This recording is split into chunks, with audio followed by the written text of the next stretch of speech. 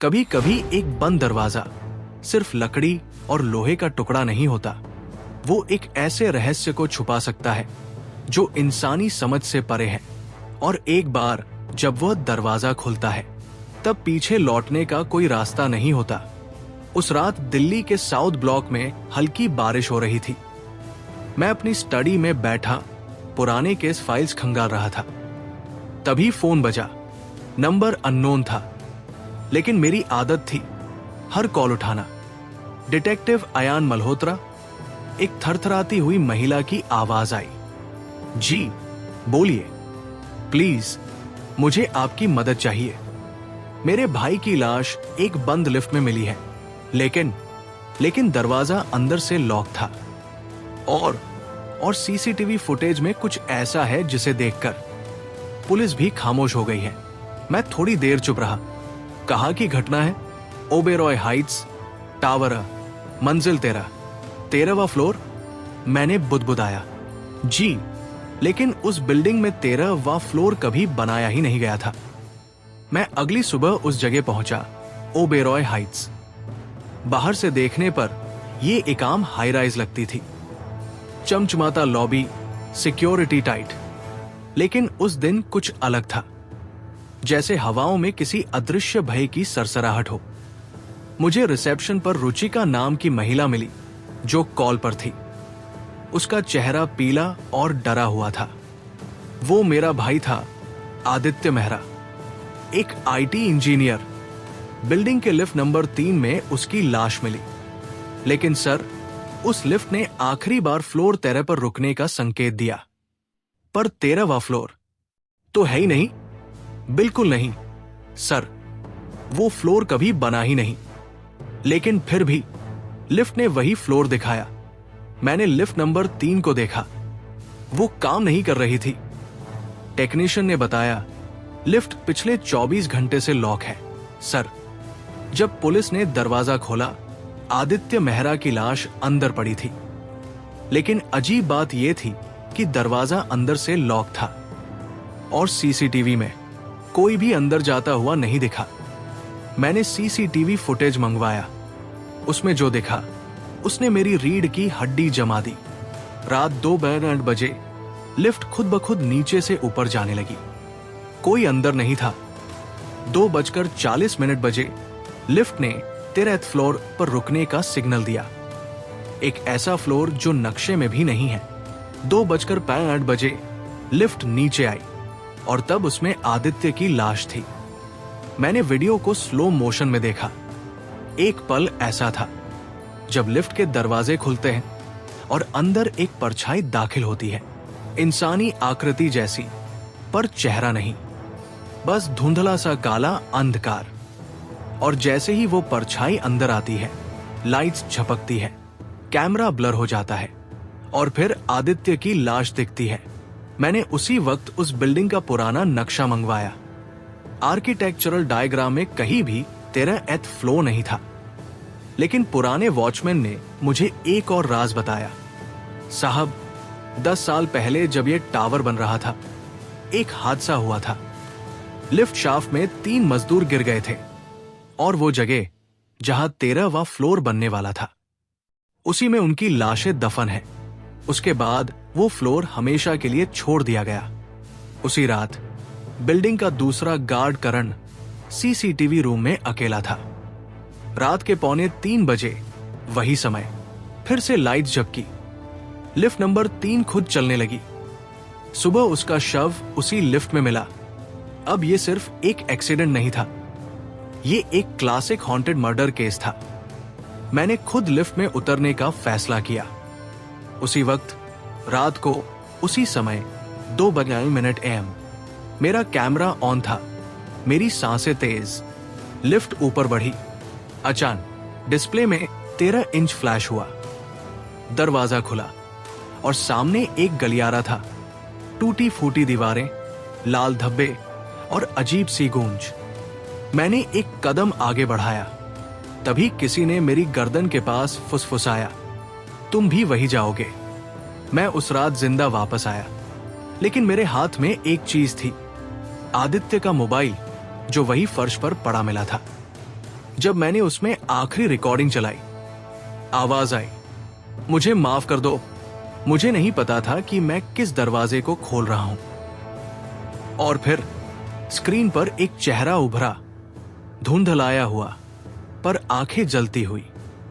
अब ये केस सिर्फ मेरी समझ का नहीं रहा, ये एक ऐसा रास्ता था जहां आगे बढ़ने का मतलब था मौत की आंखों में झांकना। आदित्य के मोबाइल की आखिरी रिकॉर्डिंग ने मेरे रोंगटे खड़े कर दिए। रिकॉर्डिंग में कुछ पल सन्नाटा था, फिर अचानक, मैं लिफ्ट में हूं, फ्लोर 13, ये जगह नक्शे में नहीं है, दरवाजा अपने आप बंद हो गया है, कोई मेरी तरफ आ रहा है। फिर एक दर्दनाक चीख और सन्नाटा। उस आवाज में डर नहीं था, मरने से पहले का पश्चाताप था। मोबाइल के अंदर एक स्केच पड़ा था, शायद आदित्य ने मरने से पहले हाथ से बनाया था। उस नक्शे में 13वें माले का एक फ्लोर प्लान बना था, जिसमें 3 कमरे, एक ब्लैक डोर और एक चिन्ह बना था। वही चिन्ह जो मैंने कई साल पहले देखे थे, एक काले वृत्त में उल्टा त्रिकोण।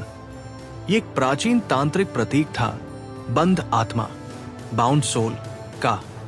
इस चिन्ह को देखकर मुझे एक पुराना केस याद आया।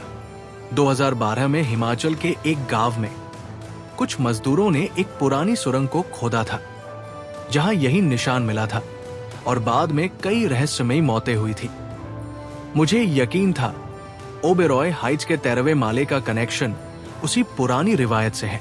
रात के करीब 11 बजे मैं बिल्डिंग के पुराने रजिस्टर पलट रहा था। तभी एक बुजुर्ग औरत सामने आई। आप वही हो ना जो लिफ्ट में गए थे? उसने पूछा। आपने मुझे देखा था? नहीं, महसूस किया था। मैं यहां 10 साल से काम कर रही हूं। पर ये जो लिफ्ट है, ये पहले कभी भी अपने आप नहीं चलती थी, जब तक वो फ्लोर बनाने की कोशिश नहीं की गई। आपका मतलब? 2013 में एक सीक्रेट प्रोजेक्ट चला था, जिसमें मालिकों ने 13वां फ्लोर बनवाने की कोशिश की थी, एक गुप्त लेबोरेटरी। क्या?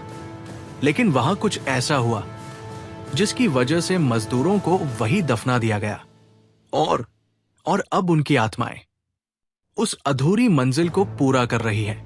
मैंने आदित्य के स्केच को फिर से देखा। वहां लिखा था, only the mirror will show what eyes cannot see. मैंने तुरंत बिल्डिंग के पावर रूम का नक्शा देखा।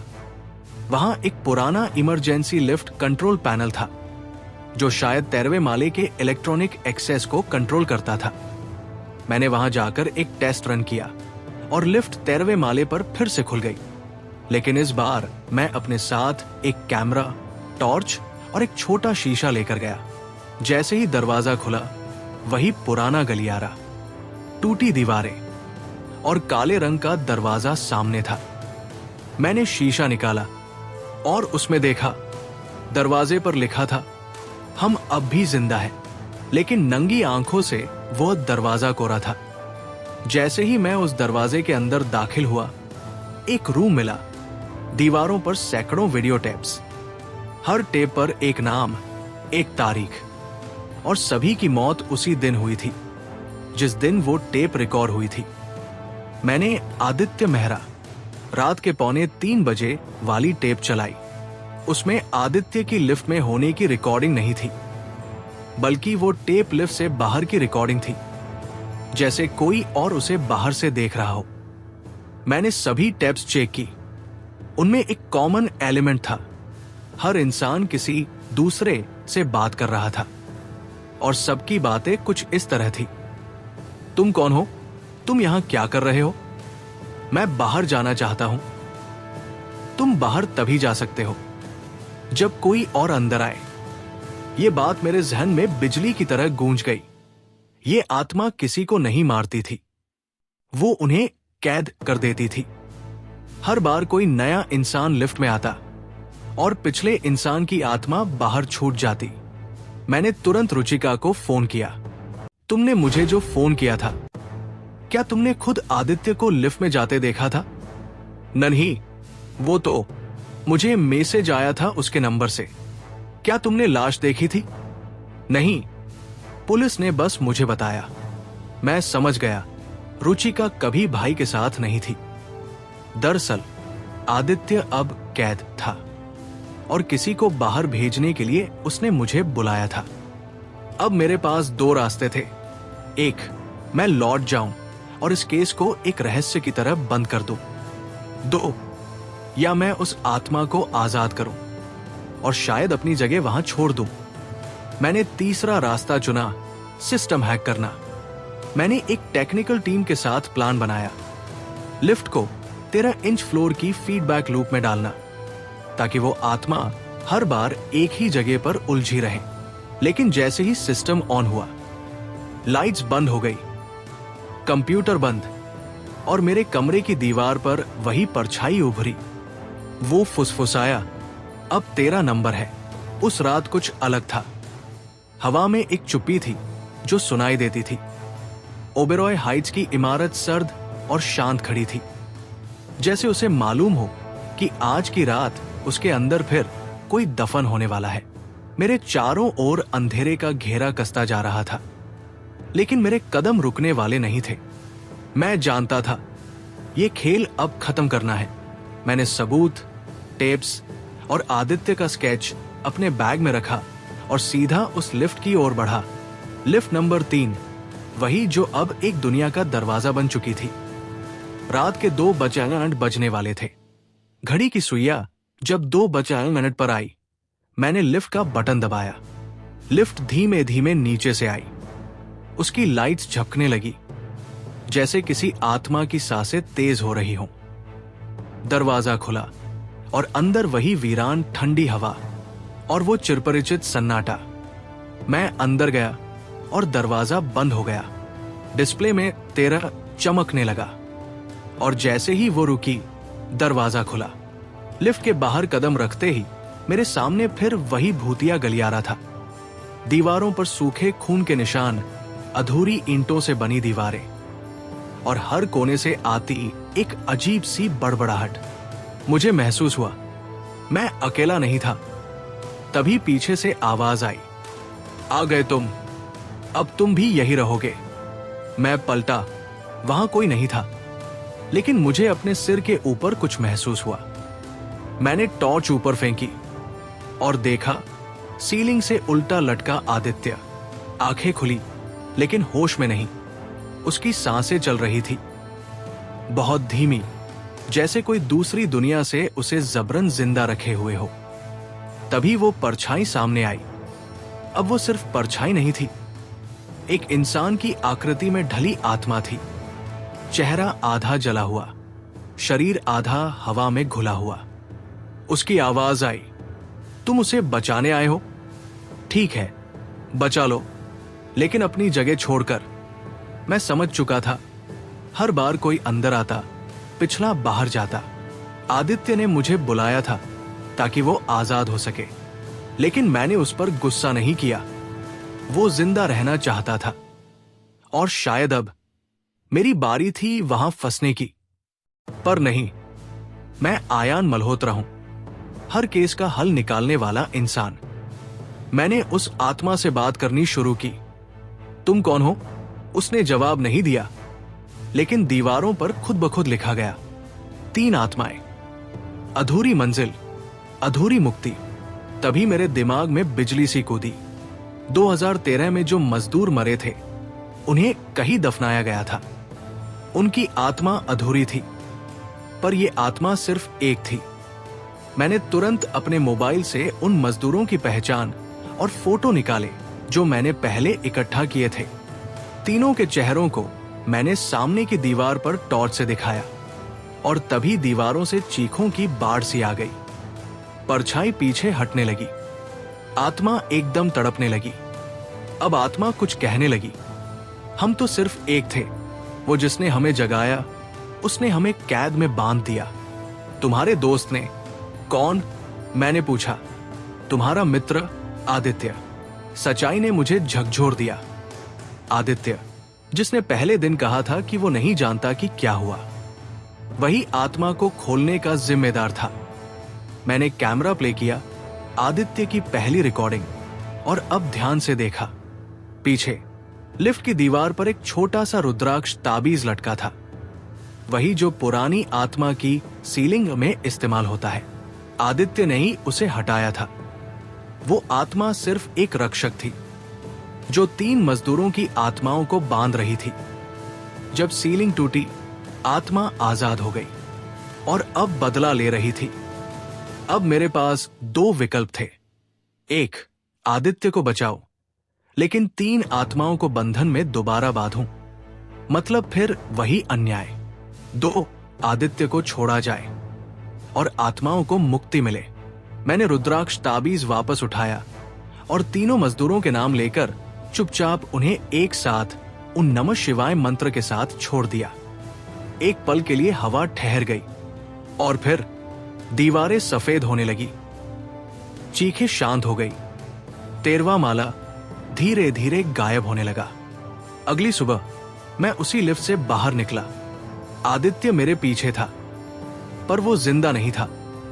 उसकी आत्मा थी, शांत, मुस्कुराती हुई। धन्यवाद आयान, अब मैं सच में आजाद हूं। और वो लिफ्ट जो कभी तेरह पर जाती थी, अब उसमें बस 12 फ्लोर ही दिखते हैं। वो मंजिल फिर कभी किसी ने नहीं देखी। मैंने सब कुछ अपनी केस फाइल में दर्ज किया। Case closed, the final journey of an elevator. लेकिन आज भी जब मैं अपनी स्टडी में अकेला बैठा होता हूं, कभी कभी मेरा लैंप अपने आप झपकता है और दीवार पर वो नंबर चमकता है, 13। कुछ रहस्य हल नहीं होते, वो बस सो जाते हैं और इंतजार करते हैं किसी नए दरवाजे के खुलने का। अगर आपको ये वीडियो पसंद आया हो तो कृपया हमारे चैनल को सब्सक्राइब करें